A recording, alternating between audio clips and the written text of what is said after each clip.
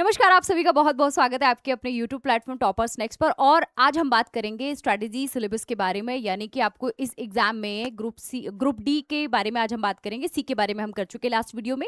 तो group D का syllabus क्या कहता है, तो इसमें हम देखेंगे। जैसा कि आप बैकग्राउंड में देख रहे हैं, यहाँ एक पेज लगा हुआ है, तो हम इन डेप्थ समझेंगे, बहुत कम समय में बहुत अच्छा कुछ जानेंगे। ठीक है, तो जुड़े रहिए हमारे साथ में। चलिए, Haryana staff selection commission HSSC notification CET किसका है भैया? CET ग्रुप डी की बात कर रहे हैं। CET ग्रुप डी की बात कर रहे हैं, ग्रुप डी की बात कर रहे हैं, ध्यान रखना, ग्रुप डी की बात कर रहे हैं। और रिक्रूटमेंट 2026 का आउट हो चुका है। Has released a notification on the official website. Official website पर ही जाकर किसी भी चीज को पढ़ें, समझें और जाने, नहीं तो सोचेंगे कि अरे मैंने तो ये पढ़ा था, ये क्या हो गया, वो ना हो आपके साथ में। नोटिफिकेशन आ चुका है और कॉमन एलिजिबिलिटी टेस्ट आपको ऑलरेडी पोस्ट बताए जा चुकी हैं, हम बता चुके हैं, कवर कर चुके हैं ये सब कुछ। एंड अभी हम बात करेंगे कि सिलेबस क्या है, चीजें क्या है। तो फिर भी आप एक बार देख लीजिए कि 19 जून से फॉर्म भरे गए थे और 30 जुलाई यानी कि आज इसकी अंतिम तिथि है। अगर आप में से किसी ने नहीं भरा है तो प्लीज जाके भर दो, ठीक है, 12 बजे तक। मिनिमम एज क्या मांगी है बेटा? मिनिमम एज मांगी है आपसे 18 वर्ष की होने चाहिए आप, मैक्सिमम अपना 42 साल के होने चाहिए। ठीक है, अब आते हैं कि देख लेते हैं कि भैया आप 42 के भी हो गए। ठीक है, आप 42 के भी हो गए, आपने देखा कि भैया मिनिमम एज क्या पूछी गई थी?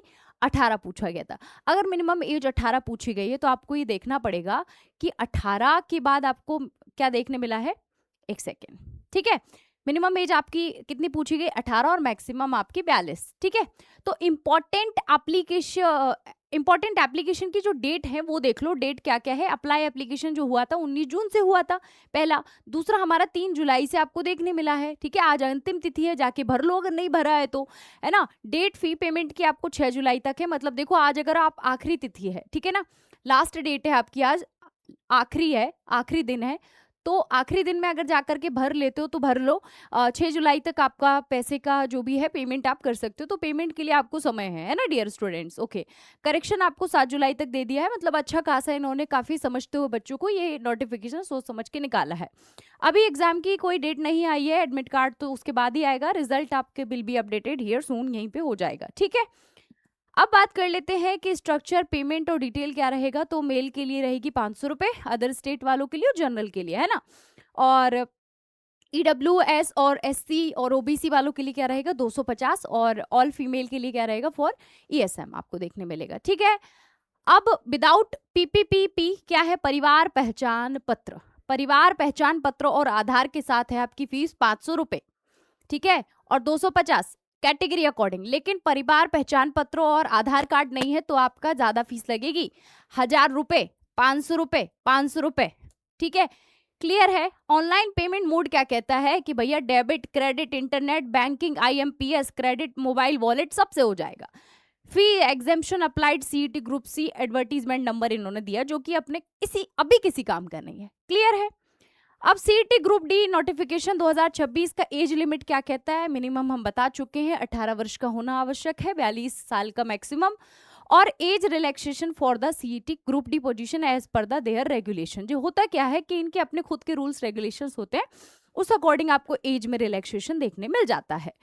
ठीक है, आ जाओ। अब group D recruitment mode of selection क्या रहेगा भैया? पेपर कैसे होगा? रिटर्न होगा, कंप्यूटर बेस्ड होगा, CBT होगा, या फिर कैसे होगा? तो भैया रिटर्न एग्जामिनेशन इसमें देखने मिलेगा, डॉक्यूमेंट वेरिफिकेशन भी होगा और मेडिकल एग्जामिनेशन भी आपका इसमें देखने को मिलेगा।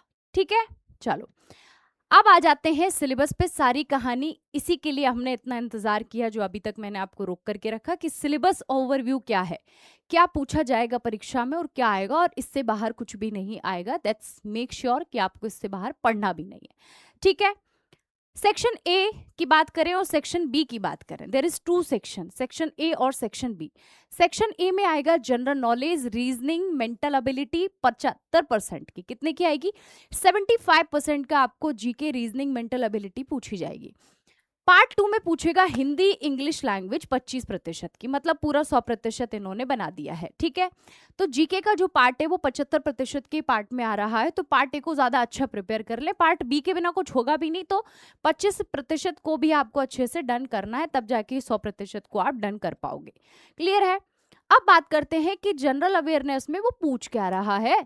पूछ रहा है इंडिया के बारे में और हरियाणा का history, polity, geography, economy, culture और अवार्ड्स। करंट अफेयर का जो पार्ट है, कल्चर है, अवार्ड्स है, फेस्टिवल्स है, ये सब कुछ तो मैं आपको पढ़ाती हूँ, तो आपको घबराना नहीं है। करंट अफेयर की क्लास आपकी होती है सुबह के 7 बजे। कितने बजे हो जाती है? सुबह के 7 बजे आपको करंट अफेयर का क्लास होता है, पहली चीज। दूसरी चीज, आपको जीके का जो पोर्शन मिलता है डियर स्टूडेंट, आपको वो मिलती है 4 बजे। ठीक है, 4 PM आपकी क्लासेस होती हैं, तो ये दोनों पोर्शन तो आपके यहाँ से कवर हो जाएंगे। बाकी के सब्जेक्ट की क्लासेस भी आपको ये सुबह ही मैं बताती हूँ कि कौन सा सब्जेक्ट कब लगता है। ठीक है, जनरल साइंस में फिजिक्स पूछेगा, केमिस्ट्री पूछेगा, बायोलॉजी 10th लेवल की, 10वें लेवल की पूछेगा, बहुत ज्यादा टफ नहीं पूछ रहा है। रीजनिंग एबिलिटी में verbal, non verbal, coding, decoding, puzzles, जो कि बहुत इजी होते हैं, आप आराम से कर सकते हो। ठीक है, quantitative aptitude, arithmetic, basic algebra, data interpretation, ये सब कुछ आपको पूछा जाएगा। ठीक है, हरियाणा का जीके बहुत मोस्ट है, इसको ज्यादा फोकस करें।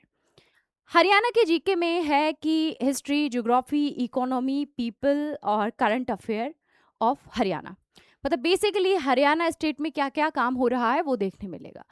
अब आते हैं सेक्शन बी के हिंदी और इंग्लिश लैंग्वेज में। ये लैंग्वेज में पूछेगा क्या? भाषा में पूछेगा कि जनरल हिंदी, ग्रामर, संधि, समास, अलंकार, मुहावरे, कॉम्प्रिहेंशंस, राइट।